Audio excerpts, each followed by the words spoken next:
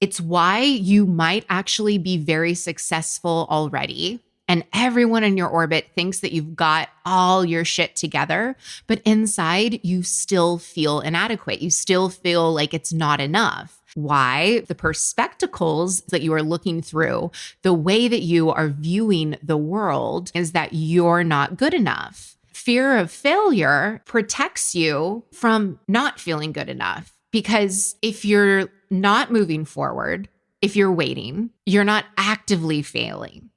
If you are ready to burn bright instead of burning out, to lead without losing yourself, and to enjoy the life you have worked so hard to create, then keep listening. I'm your host, America's leader on rewiring perfectionism, CLG, and this is Perfectionism Rewired, the podcast. Welcome to Perfectionism Rewired. Today we're talking about why we fear failure, specifically what is underneath the fear of failure. Saying that you have a fear of failure is a really great way to stay stuck from what is actually underneath that. And so today I am going to reveal to you what is underneath the fear of failure, the many ways that it can show up, why popular advice for overcoming fear of failure is not helpful for people with perfectionistic tendencies, and practical steps that you can take that are helpful. I was coaching 4 different clients about this specific pattern this week, and I was reminded about how much can hold us back when you're not aware of what's causing it. And once I revealed to my clients, like what I'm giving to you in this episode, I'm confident that this episode will do the same thing for you.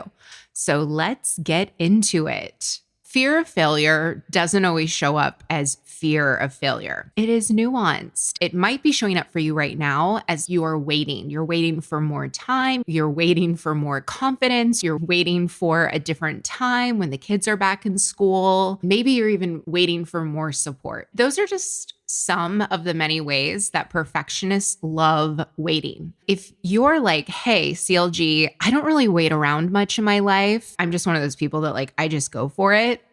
Waiting and fear of failure for you might be disguised as indecision, confusion, or overwhelm, or needing to solve all potential imaginary problems before you start. What is underneath your fear of failure?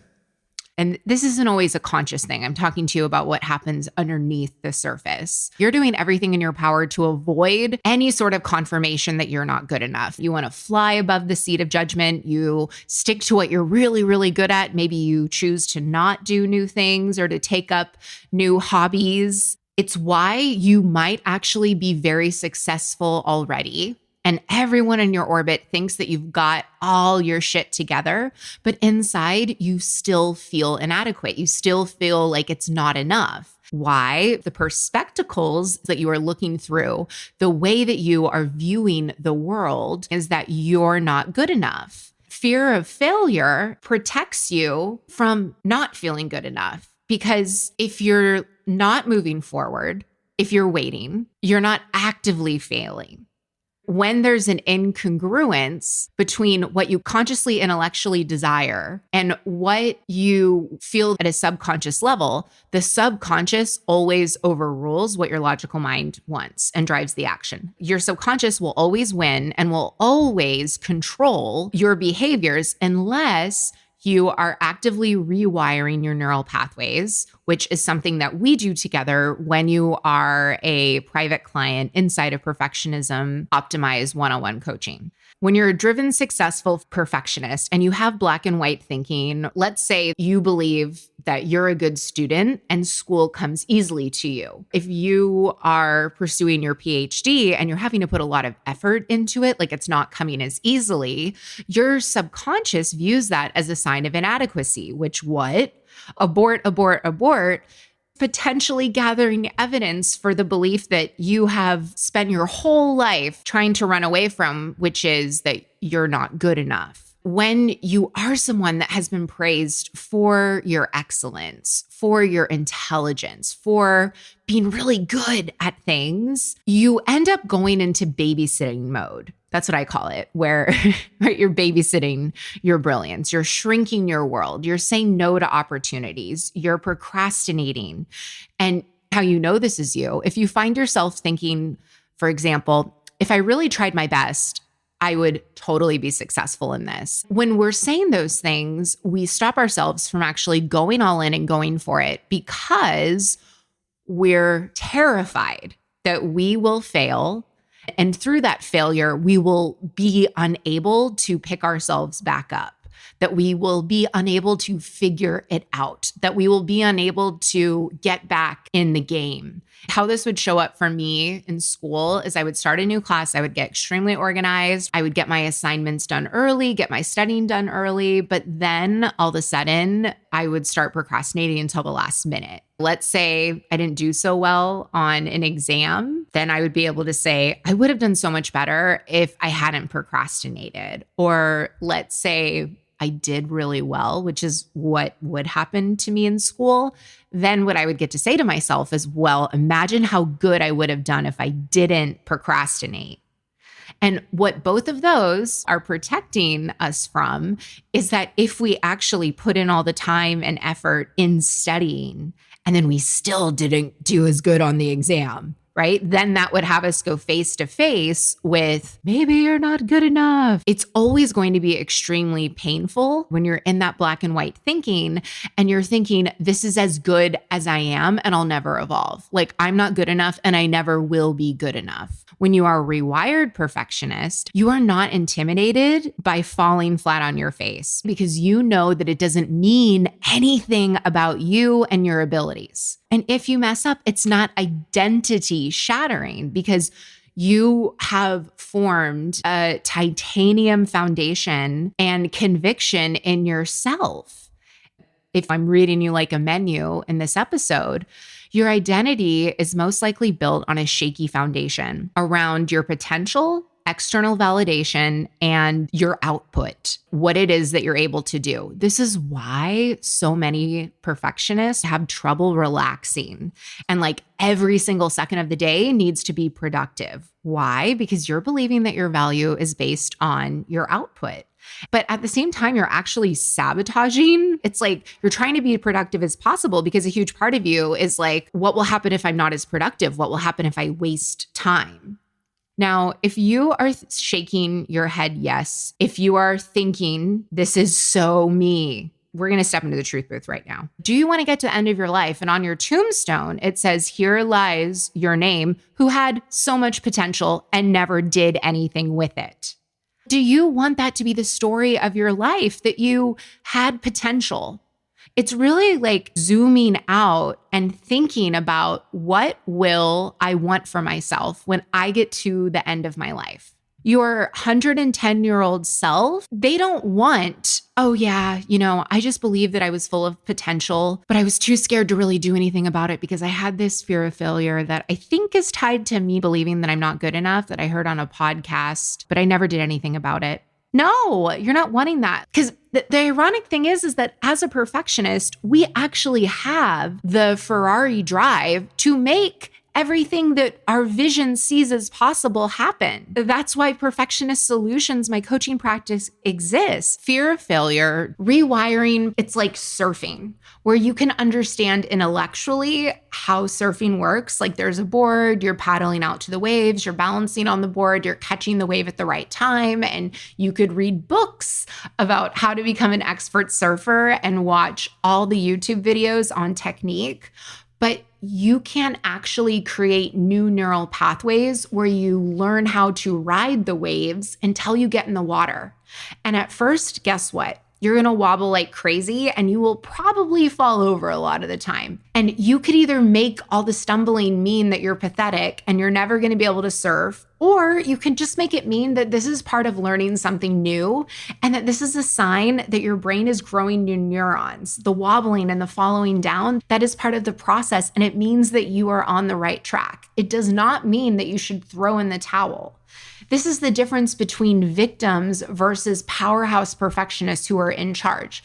Victims tell you mistakes aren't allowed and failures are a sign that you can't change. Powerful perfectionists understand that stumbles are normal, and behind every setback is actually a stepping stone that you can learn to grow and evolve and understand yourself better. This is what is so transformative for clients when they embark on this work with me. Over and over again, I hear them say, oh my gosh, I'm suddenly no longer afraid of backsliding all the progress that I've made with my perfectionism because I no longer believe that I have to be perfect 100% of the time. I'm no longer afraid of failure. That is a sign that you are changing your perfectionism from the inside out. When you know that no matter what happens, you're not going to quit on yourself and you are playing on your own team and you are going to take whatever happens, you're going to find the diamonds in the mud. You're going to be curious. You're going to excavate it and you're willing to wash it off and you are willing to learn and grow from the experience. Most perfectionists, they'll go out on the water, try and get on their surfboard and they'll wipe out, choking on salt water. This sucks. My eyes sting. Forget surfing. I'm just going to stick to boogie boarding. Here's what most perfectionists forget. You're already choking on salt water right now. You're already feeling really crappy. Think about how many hours a week do you spend in the beatdown, judging, criticizing yourself, replaying old conversations where you think you should have said it differently, feeling resentment because you've given away too much of your time, you're overscheduled, and you want relief from that inner D-bag that keeps telling you nothing you do is good enough, you should be doing more, you didn't do this right, you screwed that up. You're so far behind. Who do you think you are? Think about it. If you whip and worry yourself when things are going right, you likely have a dumpster fire when you mess up. And that is what's crippling you. What I tell my clients all the time is you don't need to love yourself. You don't even need to like yourself right now. You got to quit abusing yourself if you want to be able to have resilience in challenging times. And it is why rewiring this pattern and this ugly belief requires a skilled coach who is an expert in perfectionistic tendencies, this incongruence, this, I know what to do, but why aren't I doing it? I'm making all these excuses for myself. I find myself procrastinating a lot. I'm busying myself with unimportant things instead of the things that I know would really move the needle for me.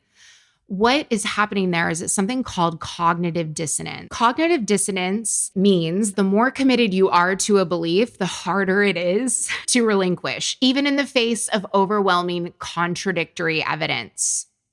So instead of acknowledging an error in your discernment and abandoning the belief, you're not good enough, like a prom night dumpster baby, when you have this cognitive dissonance, you develop a new belief that will justify retaining it. Even when you have all of this evidence, just like a cornucopia of evidence that shows here are all the ways that you are good enough, and being like, maybe I was wrong about that. Let's just decide I am good and I am more than enough. Instead, you'll find something else that's wrong with you that proves why you're not good enough. When you have that cognitive dissonance, what you're actually doing is you're stopping yourself from gathering any evidence to refute the worst and ugliest belief you have about yourself. A client I was coaching this week, she hadn't been showing up in her business and she was blaming the lack of action. Like, well, if I would have done what I said I would do, then I would have more clients right now.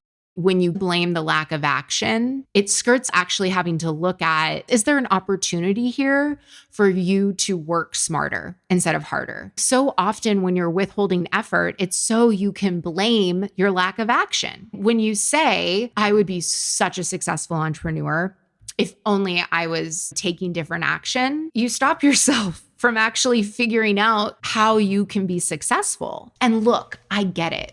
We don't want to look foolish, but your job is not to avoid trying things so that you don't risk feeling rejected or judged. That's called playing small, and that's what teenagers and children do. Your job is to try new things, to take risks, and to make mistakes, and to consider that making mistakes could mean something completely different than you've ever been willing to consider in your entire life. you will go much further and faster if you decide upfront that mistakes are now your new invitation for you to see what currently isn't working so that you can start rewiring your perfectionism. Most perfectionists have a terrible relationship with failure. They think, well, if I can't do something 100%, I don't even want to bother. This is why inside of Perfectionism Optimized, I give you an exact step-by-step of how you can solve and evolve every single time you find yourself stumbling or you make a mistake or you choose to perfect to prove yourself and you really didn't want to, or you said yes when you meant to say no and you feel like you're out of control with people pleasing. If you want to evolve into a version of you who isn't at the mercy of your perfectionism, that's going to take developing new skills, the skills of identifying what's driving your patterns, the skill of emotional agility, and elevate the way that you speak to yourself. Because then when you mess up, it doesn't feel as charged. You're creating curiosity and you're creating openness. And this is the key for you to take it to the next level, whatever that level may be. And there is absolutely no reason why you can't rewire. I have helped people who are 3 years old, and I have helped people who are 73 years old, people who have half-century long habits and have been high-functioning perfectionists for their adult lives and are in A-list celebrity careers where perfectionism is demanded of them. People who believed that nothing would work because they had tried everything and failed. And they found the solution by discovering that the only problem that they had this entire time is that they were believing that their perfectionism was wrong and that they were doing this from an outside-in approach instead of the inside-out. And so your action step is simple. Think about last time you made a mistake. How did you show up? How do you speak to yourself when you mess up? What do you make it mean? Does it slow you down? Is it invigorating? Do you do your best to avoid mistakes? Do you investigate why you made an error and turn that L into a lesson? The good news is if you want to go from overcomplicating it to being clear, from putting pressure on yourself to having presence, from catastrophizing to being curious, if you're like, I don't want to do the guesswork or the hard work, I want the frameworks, judgment-free support, and everything else that you need to rewire, then I would love to have you inside of Perfectionism Optimized. Go to CourtneyLoveGavin.com/optimize. There's also a link for you in the show notes. Decide that it is time to bet on yourself and decide that you want the only coach that specializes in these perfectionistic tendencies, and that's me. Listen up. Taking charge of your perfectionism is so much easier than you have been led to believe. Whether you want to stop playing out worst case scenarios in your head or be joyfully present, ambitious again, you don't need more rigid rules, guesswork, or hard work in perfectionism recovery. You need a framework that helps you understand and, most importantly, rewire your perfectionistic habits from the inside out. It starts inside of Perfectionism Optimized. Besides the obvious mental health and wellness benefits, rewiring your perfectionism is the fastest way to figure out what's really underneath your perfectionistic patterns. This radically different, proven, proprietary approach helps you succeed by dropping the contempt and judgment that blocks change. Discover how to trust yourself, take control of your world, and feel truly empowered to own your perfectionism instead of being owned by it. Head on over to CourtneyLoveGavin.com and start your transformation today.